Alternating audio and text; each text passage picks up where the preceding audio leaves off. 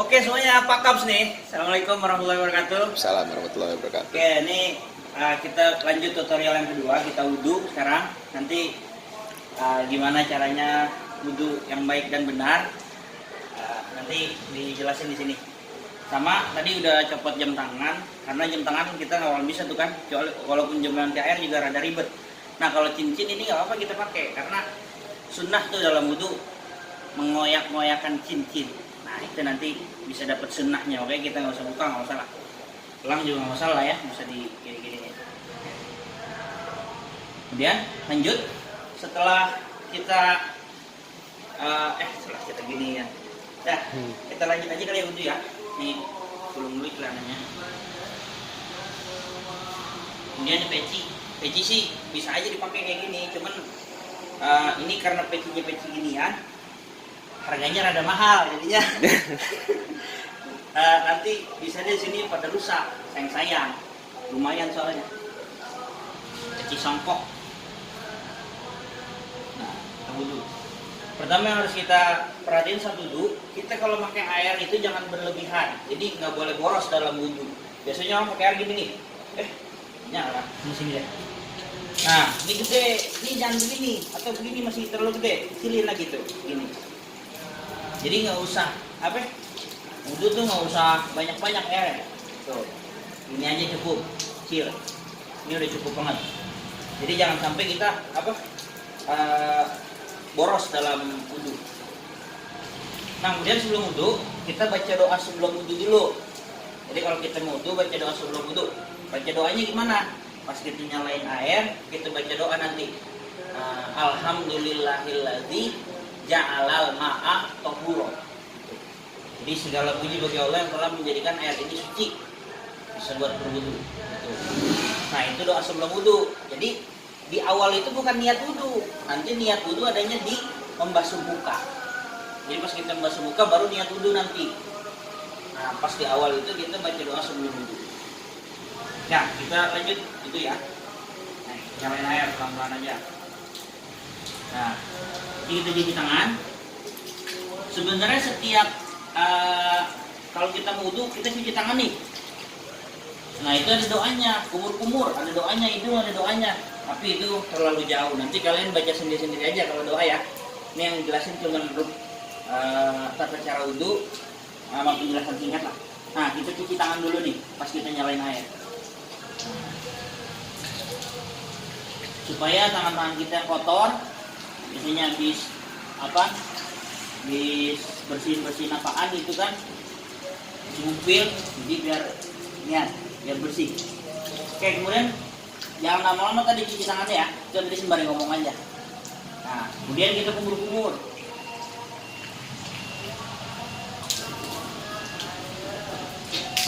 Nah, kumur-kumur, airnya dikumur-kumur ya, jangan cuman kita kayak gini langsung dibuang. Gitu. Nah, itu salah. Jadi dikumur-kumur dulu, kita tadain airnya. Terus kumur-kumur buangnya ke sebelah kiri. 3 kali ya, kumur-kumur 3 kali.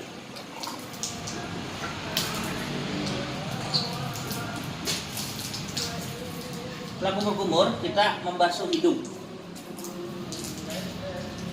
3 kali juga. Jadi sunnah itu membersihkan hidung sampai kotoran-kotoran yang ada dalam hidung termasuk itu kita bersihin.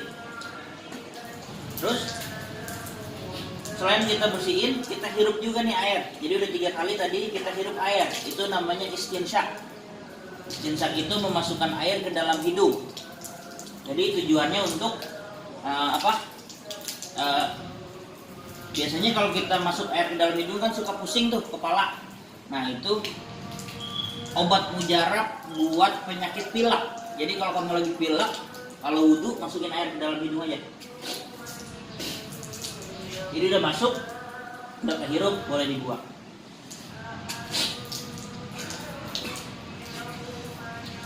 Kalau masih baru-baru pasti pusingnya luar biasa. Tapi nanti kalau udah kebiasaan, kamu istinsyak nanti enak. Nah itu obat mujarab buat penyakit pilek. Karena saya pilek jarang minum obat, kecuali udah parah banget. Tapi cuman istinsyak aja seringnya. Sama itu, mundut. Nggak boleh ya, banyak anak-anak. Setelah hidung tadi udah selesai, kemudian muka. Nah ini kalau mau membasuh muka, kita nanti niat wudhunya pas ketika air jatuh di bagian wajah pertama kali. Jadi kalau kita membasuh muka nih, di dalam hati, tadi kan niat ada di dalam hati. Jadi di dalam hati kita niat wudhu. Sambil di dalam hati pas air jatuh ke muka itu, kita baca niat nawaitul wudu'a raf'al hadasil asghari fardalillahi ta'ala, atau nawaitul wudu'a li raf'il hadasil asghari fardalillahi ta'ala. Oke, kita basuh muka 3 kali ya.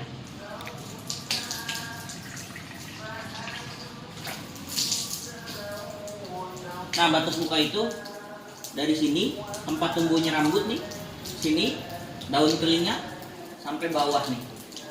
Pakai yang perempuan tuh jangan sampai sininya ketutup, jadi harus sampai kena di sini nih. Kalau laki-laki yang punya jenggotnya lebat, ukuran lebatnya itu gimana? Ukuran lebat itu kalau misalnya sampai nggak kelihatan, dagunya itu nggak kelihatan, ketutupan jenggot itu lebat, jadi harus di sela-sela.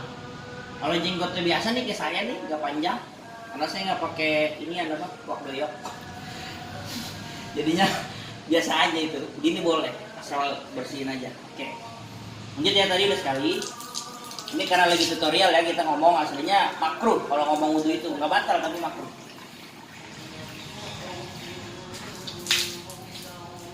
Nah, bersihin sininya ya, biar kalau ada belek-belek atau tai mata biar bersih.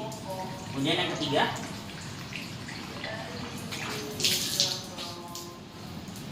nah, udah selesai muka, lanjut membasuh tangan sampai sikut. Harusnya tangan sampai sikut itu kita basuhnya gini. Nah, bahasanya tangan sampai sikut. Tapi para ulama membolehkan kalau kita basuhnya, ada yang basuh gini kan, dari sikut ke tangan, dibalik. Jadi boleh. Nah, kalau saya yang dari tangan sampai sikut aja ya. 1, balik. 2, balik. Sambil kalau punya batu cincin tadi di sela-sela ya. Sela-sela gini. 3. Tuh. Nah, udah 3 kali. Sekarang tangan kiri. 1. Putar. 2. 3. Nah. Terus jari-jari tangan juga digini-giniin ya. Tadi. Nah, kemudian setelah membasuh tangan sampai sikut, membasuh kepala. Membasuh kepala kalau di mazhab Syafi'i itu cukup misalnya 3 helai, nih 3 tangan gini. Pokoknya tempat tumbuhnya rambut.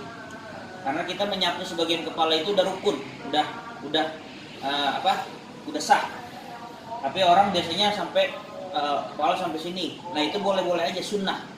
Jadi kalau kita mau misalnya udah pakai pomade nih, udah rapi kan rambut, kita mau basuh pinggirnya dong sini, boleh. Yang penting rambut kita nggak ada kotoran, rambut kita suci. Kalau rambut udah pakai pomade nih rapi kan, kita basuh sininya aja, tuh, boleh. Karena sayang misalnya kan pomade-nya, atau ya pomade berapa harganya sih, murah, nggak apa-apa lah, basuh aja lah, gitu kan. 1, 2, 3. Nah, itu udah cukup ya kepala. Yang selanjutnya telinga. Nih, membasuh telinga dilihat. Tuh, 1. Jadi ininya kita basuh nih, kita bersihin. Yang kedua. Nah, lanjutnya 3 kali. Nah, jadi kita bersihin dalamnya, terus jempol kita juga mainin untuk di belakang telinga. Biasanya kalau buat anak kecil itu buat kecerdasan. Kalau anak kecil suka digini-gini tuh, nah itu merangsang kecerdasan anak kecil. Gitu. Nggak tahu sih itu teori dari mana, tapi ikut-ikut aja. Nah, lanjut yang terakhir, kita membasuh kaki. Ketika membasuh kaki, ingat kalau kita basuh kaki kanan, nih kalau basuh kaki tangan kanan pegang tembok buat pegangan. Angkat kaki kanan, kita bersihin. Tuh.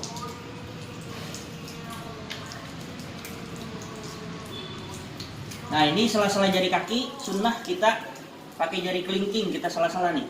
Tuh. Gitu ya. Jadi 3 kali tadi, terus pakai jari kelingking kita sela-sela jari-jari kita. Ketika membasuh kaki kiri, tangan kanan kita tetap pegang tembok, kaki kiri kita naik. Nah, kita basuhnya pakai tangan kiri.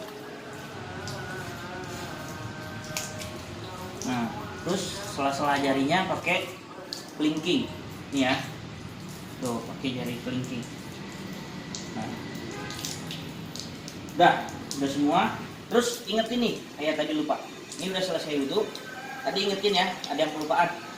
Kan anggota wudhu dari tangan sampai sikut tadi, yang rukunnya.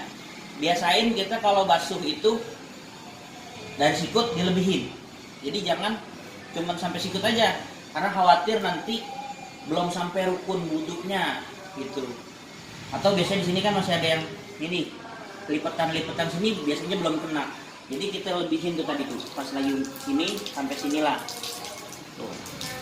Sampai sini ya. Jadi pas lagi membasuh dilebihin. Sampai sini, sampai otot ya. Gitu ya. Sama kan kiri juga gitu sampai sini. Jadi dilebihin lah. Jangan ngepas banget. Terus kaki juga gitu kan sampai mata kaki nih. Dilebihin sampai atasnya dikit. Jadi supaya kita baca doa selesai wudhu. Asyhadu an la ilaha illallah wa asyhadu anna Muhammadan abduhu wa rasuluh. Allahumma ij'alni minat tawwabina wa ij'alni minal mutatahhirin wa ij'alni min ibadikas sholihin. Nah, selesai. Dah. Jadi wudhu gampang, cuman masih banyak di antara kita yang wudhunya belum sempurna lah, bukan belum sempurna, belum baik gitulah. Kalau dikatakan sempurna mungkin saya juga belum sempurna gitu. Tapi minimal kayak tadi tuh wudhu.